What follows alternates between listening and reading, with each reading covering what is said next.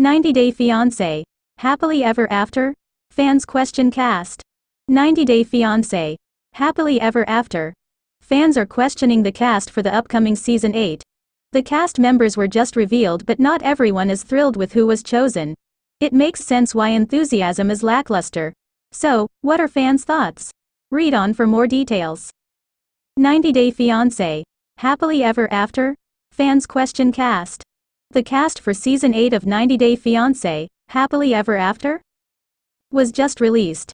Unfortunately, fans are unhappy with some of the selected couples. Angela Deem and Michael Ilasanmi have returned after a stint on The Last Resort.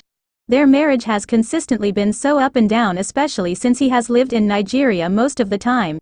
Infidelity has also been an issue, and now, he is finally in America. However, on the show, viewers will see them still struggle with the visa situation. Additionally, their Last Resort co-stars, Big Ed Brown and Liz Woods, are a part of the cast. Yet, they have split up already and she has a new man. Finally, Alexei and Lauren Bravarnik are on the roster, but they have had their own spin-off and frequent pillow talk. According to a Reddit thread, fans were less than excited to learn about the Bravarniks being involved. They teased it in their Instagram story as they are vacationing in NYC. The op wrote this. What do you think they're announcing? Another pregnancy comes to mind based off of what Alex said in the IG story, but I doubt that's it. It was that they were joining the new season of 90 Day Fiancé, Happily Ever After. So, what was the overall reaction of them and the rest of the cast? Why, they had 2 seasons, both of which were extremely boring, of Heya. I can't imagine them having enough interesting content for even a Diaries episode unless they are breaking up. Other than Nicole and Mahmood, this is the worst cast for a HEA ever. OMFG, are you serious? Jasmine and Gino, again? Angela and Michael, again? Ed and Liz, again? Fans not happy this 90 Day Fiancé, Happily Ever After. Cast received the most lackluster response ever. Of course, fans have been inundated with Jasmine and Gino Palazzolo, so they need a break. As aforementioned, they feel there's nothing interesting going on with Lauren and Alexei. Fans had some choice words for them. They're so annoying and boring, cannot stand these two, especially Lauren, and never understand the love they get here. They are impossibly boring for 90 Day cast members.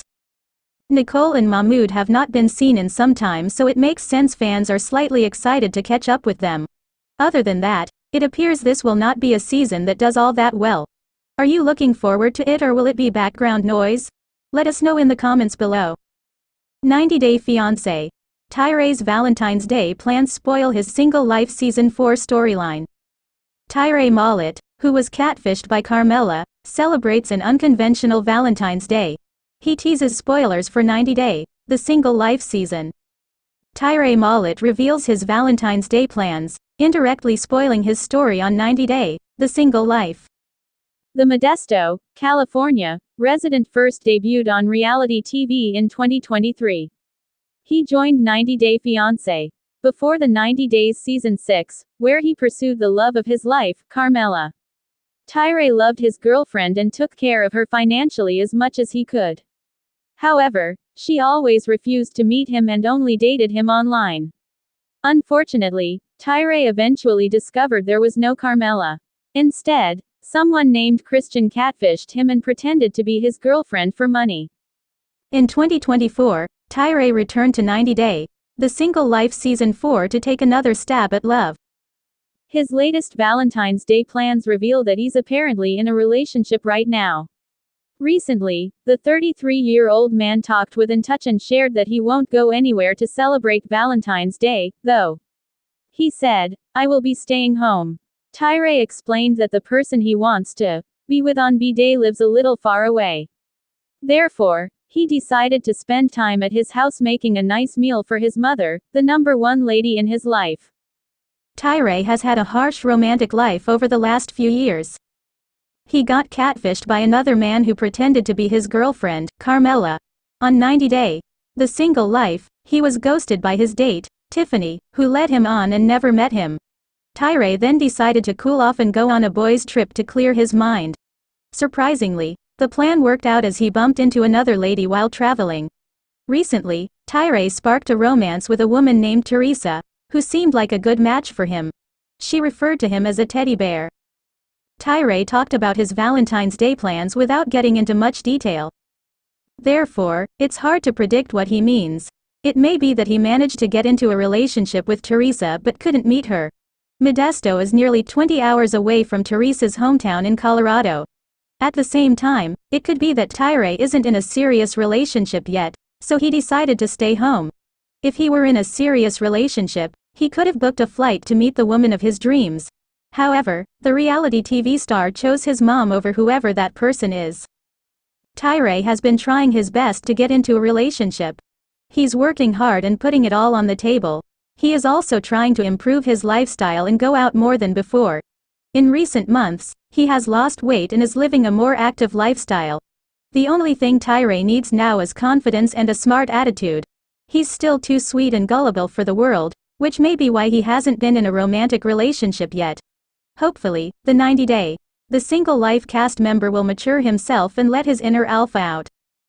90-day fiancé. Jasmine's Valentine's Day message seemingly spoils Gino relationship status. Jasmine Pineda reveals a big spoiler about her current relationship status with Gino Palazzolo after their wedding in 90 Day Fiancé Season 10. 90 Day Fiancé star Jasmine Pineda posted a spoiler about her relationship status with Gino Palazzolo in her Valentine's Day update. Jasmine is a 36-year-old former teacher from Panama who moved to Michigan on a K-1 visa to marry Gino, 54. Jasmine had doubts about her future with him because Gino betrayed her trust in the past. However, Jasmine decided to continue her 3-year relationship with him until she may have finally decided that their time together was up. Jasmine has stopped posting about Gino on her Instagram and has seemingly been living alone. Jasmine shared an Instagram story on Valentine's Day to reveal how she was celebrating the special occasion. Jasmine posted a photo of a bouquet of fresh roses and baby's breath flowers in a vase. It may have appeared that the roses were gifted to Jasmine by her partner, but Jasmine seemingly confirmed they weren't. Jasmine added the song "Flowers" by Miley Cyrus to her Instagram story. Jasmine then posted a second Instagram story to continue the song. It looked like Jasmine may have made multiple posts on purpose to drive the fact home that she didn't receive anything on Valentine's Day and had bought herself the flowers. Jasmine also posted a different Instagram story to show her freckles. Instead of being dolled up to step out to celebrate her first Valentine's Day with Gino in America, Jasmine wore a hoodie and didn't wear any makeup, lying in bed as she took the selfie. Moreover, it also seemed as if Jasmine may have been crying before the photo was taken. There are rumors that Jasmine no longer lives in Michigan and has moved to Florida away from Gino. She always wanted to be in Miami because it reminded her of home. Jasmine wished to start her real estate career in the city and become an agent. While she is about to launch her fitness brand soon featuring vegan protein and perhaps clothing items, she hasn't been sharing any updates featuring Gino. Gino and Jasmine get married in 90 Day Fiancé Season 10, according to previews, and have already joined the cast of 90 Day Fiancé, Happily Ever After, Season 8, via ET. The trailer shows Jasmine saying that only death can separate her and Gino. She sucks on his toes in the video but goes back to fighting with him in their usual fashion. Jasmine and Gino can be seen arguing in a parking lot, where she accuses him of punishing him and enjoying showing power over her. As Gino disagrees, Jasmine whacks the milkshake that he's holding out of his hands onto the floor. Jasmine warns Gino that, except for her dog, no creature can ever control her. This 90 Day Fiancé spin-off could be the last one that Jasmine and Gino appear in together. 90 Day Fiancé. 8 Worst Family Feuds in Franchise History. Some families are more dramatic than others. Here are 90 Day Fiancé's worst family feuds that left partners, siblings, and parents heartbroken. Since 90 Day Fiancé graced TV, it has presented its viewers with some of the worst family feuds ever. The show solely focuses on international individuals moving to the United States to marry their American fiancés. Therefore, it brings together people from different religious, cultural, social, and economic backgrounds, and disagreements are meant to arise in such cases. However, sibling rivalry and rejection from some of the 90 Day Fiancé couples by their partner's family has led to some of the explosive fights on the show. Several couples and their family members have presented the highest levels of toxicity, serving the 90 Day Fiancé fans with some of the most heated arguments ever, blending unreasonable reactions with excessive screaming and fights on the show. Two people who've had massive drama between families since their debut are Chantel Everett and her Dominican Republican now ex-husband, Pedro Jimeno. Nonetheless, these aren't the only two whose families have brought serious family feuds to the 90 Day Fiancé franchise. Here are more couples and families from 90 Day Fiancé and its spin-offs whose fights were cringeworthy.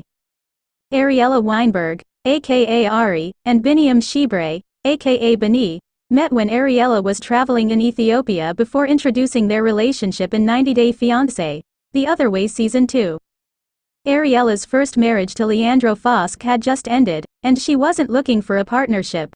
However, the New Jersey native instantly connected with the Ethiopian native. The two started dating, and she got pregnant within the first 3 months of their relationship. The couple had problems with Ari being unable to trust Bini. Issues documented throughout 90 Day Fiancé, The Other Way Seasons 2 and 3. Things weren't good between Ariella's and Bini's families, especially Bini's sisters Wish and Mimi, who weren't fond of Ari. In 90 Day Fiancé, The Other Way Season 2, Bini's sisters pressured Ari to baptize her son Avi in Bini's Ethiopian Orthodox Christianity. Ari wasn't comfortable with this idea since she wanted to raise her child as Jewish, the same faith she was brought up in, causing a rift between her and her future in-laws. Things escalated during 90 Day Fiancé season, 9 days before Bini moved to the States. The 90 Day Fiancé star's sisters were furious that Bini hadn't told them about his move to the US until the night before. Out of anger, Biniam's sister Wish threw a glass of wine in Ariella's face. This was the final straw, and during their departure, Ariella refused to let Biniam's sisters to bid Avi goodbye at the airport, claiming he was asleep.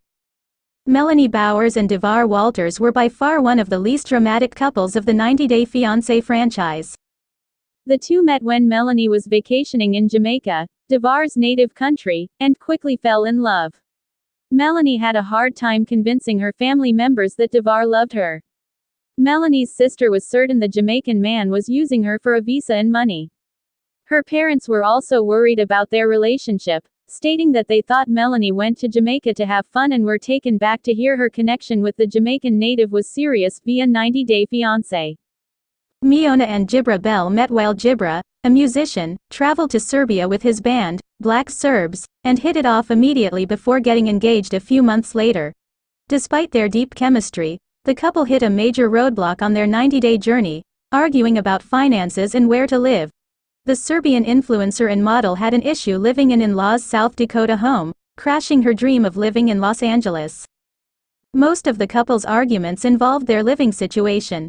Miona didn't enjoy living with Jibra's parents, who had issues with the way she dressed. Jibra's mom expected Miona to dress modestly in her house. However, Jibra felt that his mom was controlling. She once said that people wouldn't think Miona was smart due to her choice of clothes. There were many incidents in Season 9 of 90 Day Fiancé where Jibra's parents were the villains, especially when they declined to attend Jibra and Miona's wedding, claiming it was disorganized. Before going their separate ways, Chantel and Pedro had gotten into major fights with their in-laws. The couple, who first appeared in 90 Day Fiancé Season 4, presented massive red flags from the start.